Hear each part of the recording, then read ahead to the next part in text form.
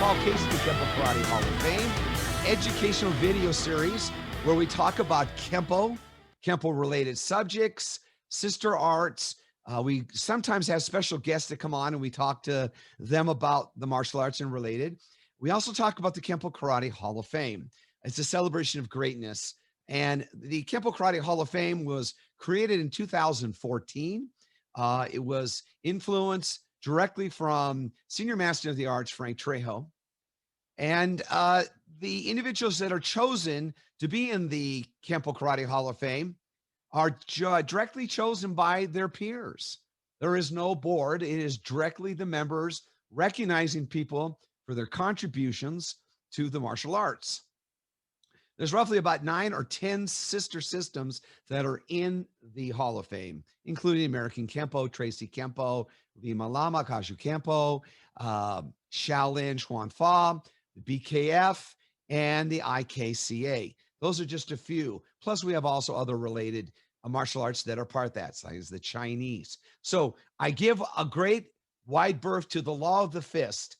And we're talking today with one of our Hall of Fame members, Social Master of the Arts, Mr. Dave Brock, an incredible, talented man, multi-level champion in many different competitions, and one of the most humble people you will ever meet. He is going to be talking about one of our inductees. Sadly, sometimes the Hall of Fame recognizes individuals posthumously.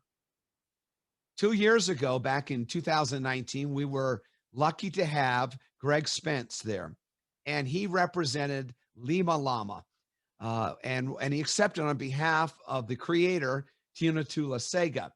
I'll give you a little bit of background on the Lima Lama system, and then we're going to talk with Dave about it. So the Lima Lama system was created in Samoa. The creator was Tino Tuiolosega. The meaning means hands of wisdom. It is a Polynesian-focused martial arts. It focuses on self-defense, and the word actually is derived from a Samoan language. Words mean lima, which is hand, and then the understanding, as Mr. Tuiolosega defined it, to mean knowledge and understanding, and that translates to the hands of wisdom. We'll be talking about Greg Spence. What an amazing individual. His talent, his knowledge, his contributions are far exceeded by one factor, one quality factor. That is he as a human being. I have never met a more gentle, giving, sincere man as I have that man. And with great sadness, he passed last year in 2020. But that doesn't mean his contributions and his influences will not continue past his physical being here. And so we're really lucky to have a very good friend of his that cared so much about him. And he was the reason why Greg will be inducted in the Kenpo Karate Hall of Fame for 2021. Would you welcome Kenpo Karate Hall of Fame member, Mr. Dave Brock. Hello, Dave. Thank you, Paul, so much. And congratulations on what you're doing, my friend. You're doing a wonderful job. We certainly appreciate it. You're very kind. You're really very kind. Open the doors a little bit more now to other styles to be inducted in there because, I'm sure Mr. Parker would have been very proud of you for doing that because he cared about everybody in the world, so in all styles. And so I think you do too. And I think it's a great thing you're doing. And it's really nice to let other styles get inducted for their contributions to the martial arts. Greg Spence, wonderful guy. Greg was from New York, actually, and moved out here with his family when his parents got divorced. And so sadly, first of all, that was nice that you let him induct Grandmaster Tino Tuiolosega into the Hall of Fame a few years ago, because Greg was a very good Lima Lama practitioner. I think the best one there under Tino, but he certainly became the best fighter, well-known fighter out of that style. Greg, like I said, was president of his senior class in high school and was an all-league basketball player, very good athlete, but he was very smart. He made good grades, went to college, became a top rep for AAA insurance. I know we all got our insurance from him. He sold us, but anyway. Was that because you were worried about fighting him? Personal injury coverage. Yeah, exactly. But here's how we all got together, because Grandmaster Tino Tuiolosega, after I went on my own in 1975, he got a hold of me and gave me a phone call and said, Dave, listen, I've got this black belt student of mine I want to send to you, and I want you to teach them how to compete at a level that you're at. And he says, I think he has the potential more than any of my black belts. And I thought, well, geez, his sons are Rudy and Myron and all these guys are great martial artists, but they never were, you know, they were great in their forms and all that stuff, but just not the great tournament fighters and stuff like that. So he was looking to have Greg maybe showcase Lima Lama with that. And I said, okay, yeah, send him over. So when Greg came over to see me, I said, well, Greg, I recognize you. You fought on a white to green belt team against my white to green belt team in the finals, and you were the last guy up, and you beat my guy, and you guys beat us. And he goes, oh, wow, thanks. I like blah, blah, blah. So he was a green belt at that time. So I said, then I followed you as a brown belt and so on. Then he got his black belt. And I think Greg got his black belt around 1978, 79, somewhere around there. So Tino sent him over to me, and I said, okay, let me see how you're moving. And I said, Greg, what you're missing is you need to get some more movement on you. Although you fight heavyweight, you need to lose some weight. It'll make you quicker. And then you take some of my moves, like called broken rhythm, that I created. And I said, if you could do that, you're going to start changing. Because he said he had never won first place as a black belt. And I went, that's going to change. That's going to change. So he started, I went to watch him compete as a black belt a couple of times, and he lost to some very good guys like Dexter Brooks, Alvin Prouder, let's see, the kid out of Kenny Blanche out of Las Vegas, a few guys like that. I said, okay, well, I'll tell you what, I'm going to teach you how to beat those guys. And he says, I said, Greg, but you got to do what I'm telling you to do, man. You're going to be moving like a lightweight. You're a heavyweight, but you got to lose some weight. You got to get better. So that guy came to my studio every single night. He trained so hard. The next thing I know, he's bringing me some other Lima Lama guys. Paul, on Monday and Wednesday was over at Bob White. Tuesday and Thursday was at my studio. So we started to have a special class at 9 o'clock at night. 27 black belts from other schools started showing up. Half of them were Lima Lama black belts. So I put together a black belt team, and 3 of them were from Lima Lama. The Atkins brothers, Curtis Atkins and Darcy Atkins, were Greg Spence's best friends. And all of a sudden, we just had a one great class after another. So I started cornering Greg all the time on all his matches. We started beating Dexter Brooks. We started beating Kenny Blanche, you know, blah, blah, blah. Well, to make the most unbelievable thing happen to Greg, he goes and he wins the heavyweight championship title at the Long Beach Internationals. Wow. I mean, if you win first place in fighting at the Long Beach Internationals in any black belt division, you beat the best, because only the best would go there. And so he lost for grand champion against Carl Scott. And Carl Scott, really? Carl Scott, yeah. And Carl was very great, of course, was one of the best ever. But Greg gave him a good match, right? So to prove that that just wasn't a one-year wish thing for Greg, the very next year, he fights again and wins the heavyweight championship again. He beat all the top guys. He fights Drew Christian for grand champion. Remember Drew Christian? Bowie, they called him Bowie. One of the greatest, toughest fighters of all time. Went into overtime. Great match. He lost, but that's okay. I told Greg Spence, I said, you know, Greg, I fought for grand champion 3 times and I lost every time. It's no big deal, man. I said, you get over it. I said, but you won your division. Not too many people will ever tell you they won their division at the Long Beach International, because that was the biggest and the greatest tournament on the planet. So for him to win it in his time during his day in the 80s, that's some of the greatest fighters of all time back then in the 80s. Sure. And so, yeah. And so, I felt real proud that, he trusted me. And I'm really honored that Grandmaster Tino Tuiolosega trusted me with him and some of his other students. And so, we became good friends. And then when Bob White threw probably the greatest team competition ever in tournament competition, it was a who's who of team competition. It was the top 8 black belt teams around the country. I don't know if you remember the Oriole team with Ron Pinnell and all the BKF guys on his team. Yes, I do.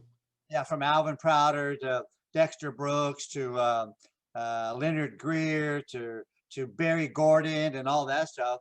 Well, we fought those guys, and we fought the guys in San Diego, Chicken Gabriel's teams, the UKF guys with Ray Leo and all that. Well, at this team championship that Bob Whitehead did, we had just got done beating the Arizona All-Star team with Dennis Canastra and all those guys. So that put us into the next round. And the next round was the UKF guys, Chicken Gabriel's guys. So after all 5 matches, we were tied. We had to turn around, and then they were going to send out who was going to fight. I know for a fact everybody knew it was going to be me and Chicken Gabriel coming out, right? But I had a dislocated knee from my first fight, fighting Dennis Canastra. I had a dislocated knee. And so I turned to Greg. I said, Greg, don't worry about it. Chicken Gabriel's coming out. I guarantee you. He's yours today. And Greg says, I got him. I said, you got to get him. Because if you win him, we're in the finals. We need you. So my other black belt came over that Chicken had beat in the team thing. He said, no, I want him again. I said, no, it's Greg's turn. Greg's got him. Turns around, and I mean, you should see the film. Greg lit Chicken Gabriel up. Is that available on YouTube? Yes, I think so. Yeah. You can get that piece of that and add it to this. Yeah. Look up Bob White's team championships, and you'll see it's all tied up. Chicken turns around and comes out, and you could see Chicken's head go like this. He knew he was going to be in for it because Greg was on fire that night. Yeah. He beat everybody. And so he smoked Chicken. I mean, he beat him really good. So that put us in the finals. And then we ended up losing to Albert, Ron Pinnell's All-Star team, those guys by 1 point in the finals.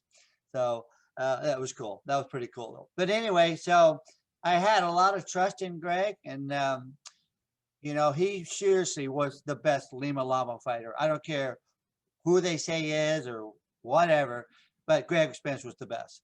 There's no doubt about it. And he was, like you said, he was a real gentleman. Absolutely. He was one of the nicest people. He was so honored. He was honored to be there that day for Mr. Tuiolosega. And I don't like it as a policy to remember people after the fact. We were looking at Nick last year, but for the pandemic, he would have probably been inducted last year. Well, better late than never. Better late than never. There's a lot of people out there, Paul, that you're going to be meeting more of who probably will be coming in, I'm sure. There's a lot of them out there. I am a little surprised that there's not more BKF guys in there. I'm sure they're coming because to me, that's the greatest fighting organization ever put together on the planet. Okay. And I fought every one of them. I know. And so, I don't doubt that for a second. The problem is that I fought my first fight as a green belt against a BKF guy. That wasn't interesting. I lost, but I also met Frank. After that, I met Parker, and they changed my life. And that was the last time that was going to happen. Well, again, back to Greg on that too, because he got a lot of respect from them when he started winning. I mean, they had his number file. They couldn't believe the change in him. And I was very proud of that because he would work harder than anybody that came into my studio. He wanted it. He had the attitude. He had the heart. He put in the time. Mhm. And when people would leave, he'd stick around and say, Dave, let me work on this a little bit. Let me do more of this, blah, blah, blah. He put in his time. And he had the ability, but it just wasn't exposed that much. Lima Lama is a great style, but they're real good street, you know, just like Kenpo's real good street. They're really good street stuff. And then if you want to get acclimated to tournament competition, it's a little different ball game. So you might as well go with somebody who knows how to play the game. Bob White knew how to play the game. I knew how to play the game. And so we were close. Everybody was close. And so it was like clockwork. Monday and Wednesday night, you went over to Bob White's. Tuesday, Thursday night, you came over to Dave Brock's. You know what I mean? And everybody did that. And eventually, God, Greg was a real workhorse on filling my studio, man. I mean, that Tuesday, we used to have sparring from 7 to 8, and then we had to move it to 8 to 9 because we started growing. And then all of a sudden, we had to have an all black belt class, 27 black belts in one class training. And I mean, they came from all over, and most of them came because of Greg. He brought a lot of people, and he really had good work ethics, man. He was, you know, he would ride his bike, a 10-speed, from, I'd say he lived at Brookhurst, the Editor, and I was on Beach and Bolsa. So you're probably thinking 10 miles, you know, 10 or more miles one way. So he would ride his bike to my studio and then ride it back home after the workout. Yeah, there's that cardiovascular that you need. Yeah. You have that for this. People don't realize it is one thing to be able to think you can do something. It's another thing you can do something. And then when you're put under the gun, can you do what you need to do? And let's face it, that's fierce competition at the highest level. And I want to do it. It's a mindset of a champion to really do that. Now, here's an interesting thing that happened. I know you had mentioned maybe he might have been inducted a couple of years ago before this pandemic thing. Right. Well, this his whole family wanted to come see this induction, knowing that he was getting inducted. His two sisters were going to be there for sure, and some other people, but his mom was going to be there, and I was going to present her the award. I don't know if you remember. Well, the mom died on Greg's birthday this year. Yeah. Go figure that one, Paul. I don't. That's amazing. Calling, you know, Mike Stone said it when that time comes, it's time for you to go. Yeah. And that was it. And so, but the beautiful thing is that his family will be there and he will be there in spirit. Yeah. And I know that when you get up to speak briefly on his behalf, the family will be there to accept that and speak. Yeah, exactly. It'll be beautiful. It really will be. Yeah. I'm going to ask you a couple of questions to keep it on a positive side, because you're such a positive. You are a God for those of you that are watching this. You'll never find a stronger man in his convictions for his God, and he walks with him all the time. He guides him. Some of the things you've had to deal with, Dave, are most people would collapse. They couldn't handle that, but you know the end. You know where it's going to be, and we'll all rejoice when we're together there. But let's talk about a couple of positive messages. Your last conversation with Mr. Tuiolosega, do you remember that? Yes. Can you tell us a little bit about that? Because there's people that will be watching this and they know the name Tino Tuiolosega and they know about Lima Lama, or they're starting to learn it, or they never were introduced. Maybe you might just give us a little bit of insight into the Grandmaster. You know, I love him like a father. He took me under his wing. He did something. I'm not trying to pat myself on the back or nothing like that, but this is something that had happened. And what made us become so much closer was there was he'd opened up a studio with Tadashi Yamashita, Grandmaster Tadashi Yamashita. They had opened up a studio, and I just won the internationals in 1974 after I beat Benny Urquidez and all those guys. But he says, there's all these black belts there. There must have been 100 black belts standing around. And he says, all right, everybody, I would like to introduce a black belt here. And he's just talking along like I'm thinking, I'm looking around, I'm looking around going, wow. He goes, we're so honored that this fighter has finally brought recognition to Orange County. He is now Orange County's champion, no one else. He's the first black belt to do this, win internationals. Blah, blah, blah. Can I bring out Dave Brock? And I'm looking around. I got on a bathing suit and some tank top and A true Dave Brock style. Around, and I mean, you got to be kidding me.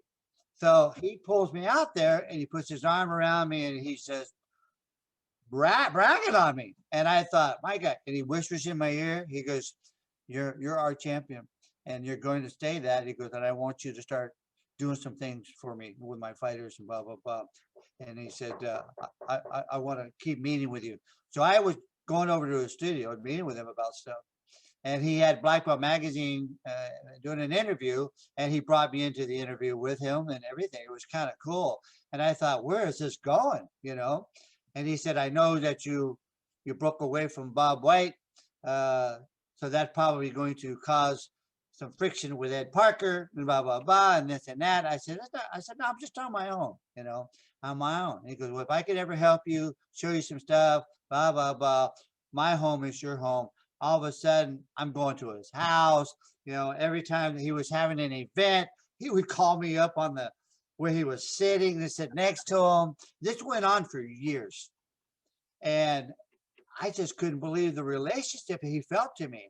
And he says, I want you to know that you're my family. You're my son. And I said, well, thank you. I appreciate that. And I never had that kind of relationship with anybody that I was with, you know.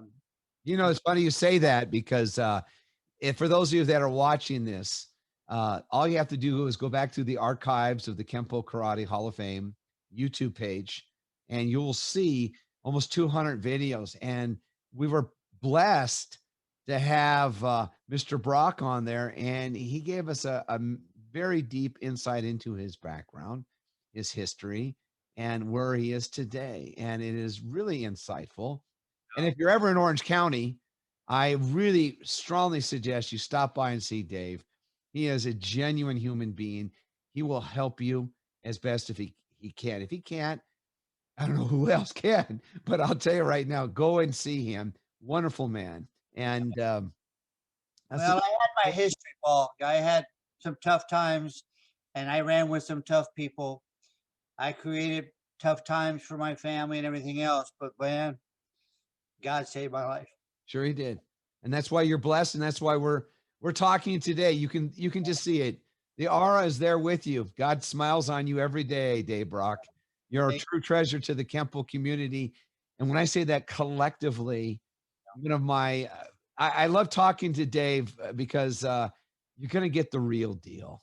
And he is very kind with his responses, and he's very real. You're going to tell us how it is. So let's talk about Greg. I remember the last conversation I had with him was after the Hall of Fame, but I had numerous conversations with him before and that night. And I was so honored and humbled. He came up to me and he said, I want to do something very special. And I looked at him and I said, what is that, sir? And I want to hold right with that thought for just a moment. I'm going to pause this just for a second. All right. So you talk about him. This man is a king because he came up to me, pulled me aside privately. He didn't do this publicly. He did this privately. First class all the way. He said, Paul, I'm really honored to be here. And I feel what you've done was so beautiful for the Lima Lama organization, and especially for Grandmaster Tuiolosega. He said, you're now part of my family. You're part of our family. And I said, well, thank you. I appreciate that, Greg. He said, I want you to have two things. And he handed me his personal book that he wrote, for those that can see this, on him. And it says Memories of a Martial Arts Grandmaster. Lima Lama Grandmaster Tino Tuiolosega, based on a true story. He gave me this book. And at the same time, he said, I want you to have this as one of my personal patches. Cool. Now, well, you know what that means. Oh, Those yeah. of you that are out there, to receive this is a very big honor. Directly, I mean, you can go out and buy these things, I think, but I don't know where. But I'll say this much: to have somebody actually hand you something like this, Yeah. you know, after they've been recognized, and they don't have to do this, and that just shows the kind of person that Greg was and is and still is, and he's here with us right now. So my last conversation, he was just beautiful. We're going to stay in touch. I look forward to seeing him at the next year. He said, "Oh, I have some people that I think we should, you know, bring in." And then I had spoken to you, and you had suggested I want to bring him in. And then obviously 2020 was a horrible year for a lot of reasons, and we lost him. And the Well, Lord we stopped. lost him about a year or so before that happened. This is a true story. I got a phone call from his sister, Paula, who's a very good friend of ours, mine, and said, Dave, Greg's in the hospital. I said, why? She goes, well, he's going to do that procedure where they stop your heart and then they re-jump start it again because he's having some bad heartbeat problems and stuff. And I said, okay, I'm on my way over. I'm going to come pray over him. She goes, are you? I said, you're coming? I said, I'm coming right now, right now. So I drove over there. I walked into the room and there was about 6 doctors standing around him. I said, excuse me. Because Paula like came running out of the lobby to grab me and was rushing back to the room with me, holding my hand, rushing me back to the room. And I go into the room and they said, what? I said, I just want to pray over him. And I said, you can stay or you can leave the room, but I'm going to pray over him. And they said, okay. So they left the room. So I grabbed Greg's hand and Paula, and we did a 3 thing, and I prayed over him and about the procedure, blah, blah, blah, because I just didn't have a good feeling about it myself, but I had this feeling. So we prayed over him. I said, okay, Greg. So Paula says, Dave, let me take you out to lunch. I got a brand new 450 SL Mercedes convertible. I'm going to take you out to lunch. I said, okay. So we leave. We get in her car to go to lunch. A phone rings, and it's Greg going, hey, they just stopped the procedure. They're not going to do it on me. And I said, what?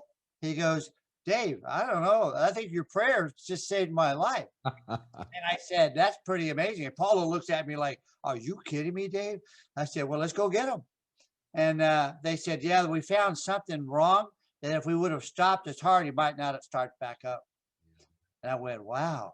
So what a trip that was. And so that's just how close we were, you know. Yeah, I know one thing. If you're a friend of Dave Brock, you're a friend for life. You know, you don't enter those lightly, and when you do, you embrace them forever.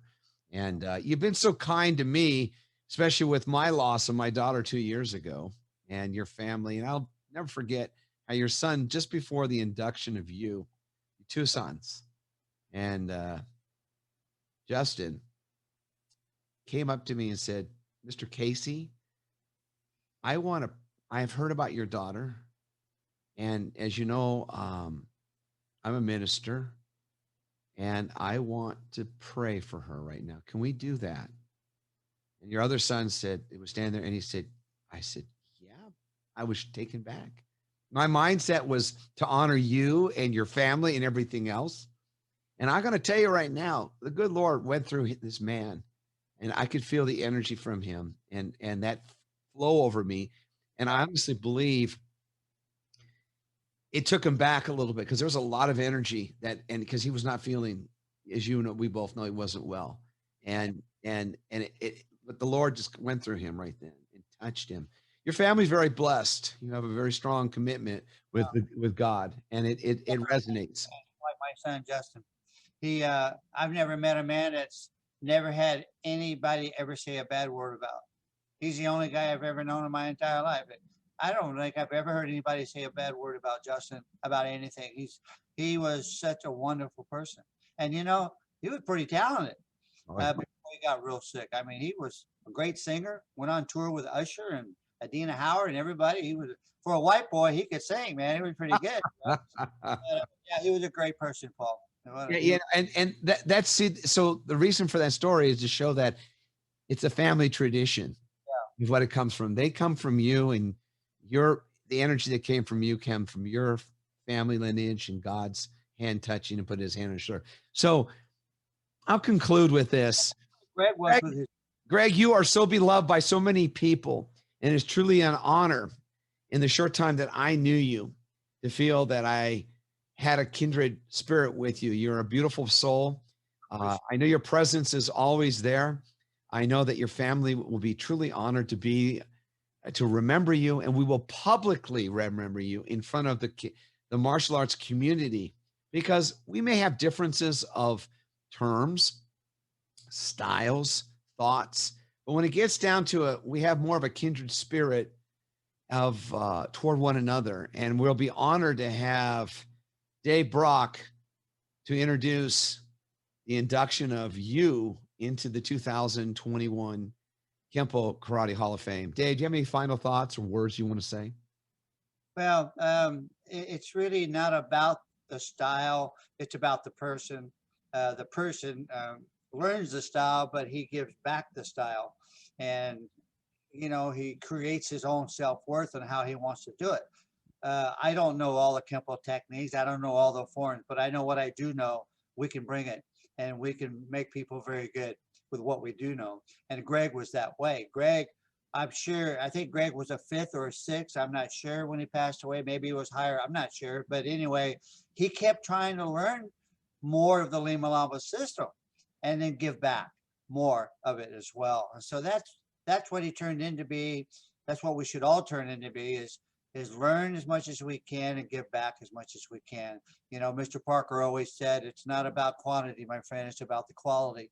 And so show me what you got, And Greg he deserves to be in this Hall of Fame. He's earned the right to be in this Hall of Fame. Great fighter. I don't think we're really inducting him as a Lima Lama black belt. We're inducting him because he was a great fighter. He won the internationals 2 times. And that's more than most people did. I can tell you that right now. So, but thank you, Paul, for letting us do this. I know you got a couple more guys to talk to and put them in as well, but we're coming. It's going to be fun. It's going to be an honor to hear. Will be. And we'll conclude it with this. Sir Greg Spence, you truly represent that which is the best of the martial arts. It will be a celebration of greatness, because you represent the hands of wisdom. Yeah. Thank you very much. On behalf of the Kenpo Karate Hall of Fame educational video series, it is truly an honor to have with us Dave Brock, one of our Hall of Fame members, and to recognize our 2021 Kenpo Karate Hall of Fame inductee, Greg Spence. We look forward to seeing you. We hope you enjoy this. Please come back, share this with your friends. And with no further ado, Mr. Brock, all the best. You salute. You too, buddy. God bless you. God bless.